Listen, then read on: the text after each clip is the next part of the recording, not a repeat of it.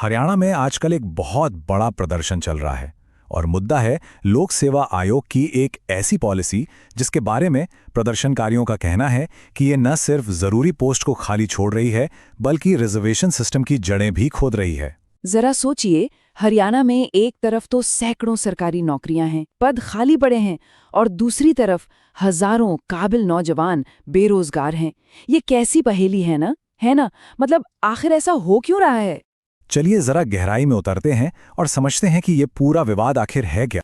ये लाइनें प्रदर्शनकारियों के बांटे गए एक पर्चे की शुरुआत हैं। ये कोई मामूली नारा नहीं है, ये एक सीधी और कह सकते हैं एक चुभने वाली चेतावनी है।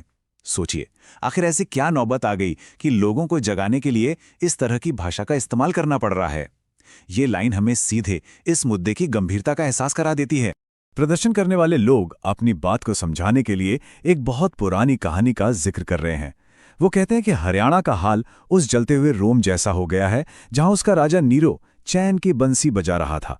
उनकी सीधी चेतावनी है कि जब हरियाणा के लोग छोटे मोटे झगड़ों में उलझे हैं तब बाहर के लोग आकर अफसर लेवल की नौकरियों पर कब्जा कर रहे हैं। तो ये जो गुस्सा है, ये चेतावनी है। इसकी जड़ क्या है?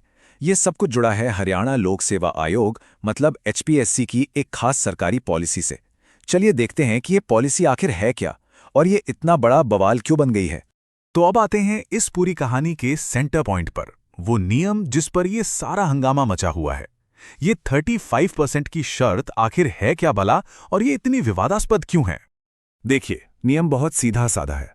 अगर किसी भी कैंडिडेट को भर्ती के अगले स्टेज यानी इंटरव्यू तक पहुंचना है तो उसे लिखित परीक्षा में कम से कम 35% नंबर लाने ही होंगे। अगर किसी का एक नंबर भी कम है तो उसे इंटरव्यू के लिए नहीं बुलाया जाएगा, भले ही पोस्ट खाली क्यों ना रह जाए। बात खत्म। और यहीं पर प्रदर्शन करने वाले एक बहुत जरूरी सवाल उठाते हैं।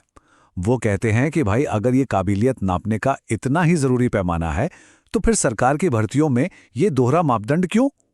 प्रोफेसर जैसी ऊंची पोस्ट के लिए तो ये शर्त है, पर ग्रुप C और D मतलब क्लर्क वगैरह की नौकरियों के लिए नहीं। ये क्या बात हुई? अब बात सिर्फ तर्कों या सवालों की नहीं है। अब जरा आंकड़ों पर नजर डालते हैं, क्योंकि प्रदर्शनकारियों का कहना है कि इस पॉलिसी का जमीनी असर क्या हो रहा है, खासकर रिजर्व कैटेगरी की पोस्ट्स पर ये आंकड़े साफ साफ दिखा देते हैं। स्क्रीन पर जो आंकड़े हैं ये प्रदर्शनकारियों के पर्चे से हैं और ये 10 अलग अलग सब्जेक्ट्स में असिस्टेंट प्रोफेसर की भर्ती का हाल बता रहे हैं। यहाँ BCA और BCB का मतलब पिछड़ा वर्ग है, SC मतलब अनुसूचित जाति, DSC यानी वंचित अनुसूचित जाति और EWS मतलब आर्थिक रूप से कमजोर वर्ग। अब आप हर लाइन को देखिए, चाहे कोई भी रिजर्व कैटेगरी हो, जितनी टोटल पोस्ट हैं उसकी तुलना में पास होने वाले कैंडिडेट्स की संख्या बहुत ही ज्यादा कम। लेकिन एक आंकड़ा है जो सबसे ज्यादा चौंकाता है और वो है DSC यानी वंचित अनुसूचित जाति कैटेगरी का। इस चार्ट को जरा ध्यान से देखिए। कुल 200 पोस्ट निकली थीं, लेकिन 35% नंबर वाली शर्त को सिर्फ 6 लोग ही पार कर पाए। इसका सीधा मतलब है कि 194 सीटें खाली रह गईं और यही बात प्रदर्शनकारियों के गुस्से का सबसे बड़ा कारण है। तो इन आंकड़ों को देखने के बाद प्रदर्शनकारियों का निष्कर्ष बिल्कुल साफ है। उनका मानना है कि ये जो 35% की पॉलिसी है ना, ये रिजर्वेशन के मकसद को ही नाकाम कर रही है। मतलब कानून में तो रिजर्वेशन है, लेकिन इस एक नियम की वजह से इसका फायदा जरूरतमंदों तक पहुंच ही नहीं पा रहा। तो अब ये लड़ाई सिर्फ नौकरियों या नियमों की नहीं रह गई है, ये एक गहरी एक वैचारिक बहस भी है। और बहस इस बात पर है कि हम मेरिट या योग्यता को डिफाइन कैसे करते हैं। काबिलियत का असली मतलब क्या है? यहाँ ना काबिलियत को लेकर दो अलग अलग सोच की टक्कर है। एक तरफ है HPSC, जिसकी सोच को हम कह सकते हैं एब्सोल्यूट मेरिट। उनका कहना है कि हमने 35% का एक मिनिमम स्टैंडर्ड तय कर दिया है ताकि भर्ती में क्वालिटी बनी रहे, क्रीम ही आगे आए। दूसरी तरफ है प्रदर्शनकारी, जो रिलेटिव मेरिट की बात करते हैं। उनका कहना है कि जो लोग पहले से ही अप्लाई करने के योग्य हैं, उन्हीं में से तो बेस्ट को चुनना चाहिए ना। आप एक मनमाना बैरियर लगाकर ज्यादातर योग्य लोगों को रेस से बाहर कैसे कर सकते हैं? प्रदर्शन करने वालों के शब्दों में कहें तो ये पॉलिसी सिलेक्शन की पॉलिसी नहीं, रिजेक्शन की पॉलिसी बन गई है।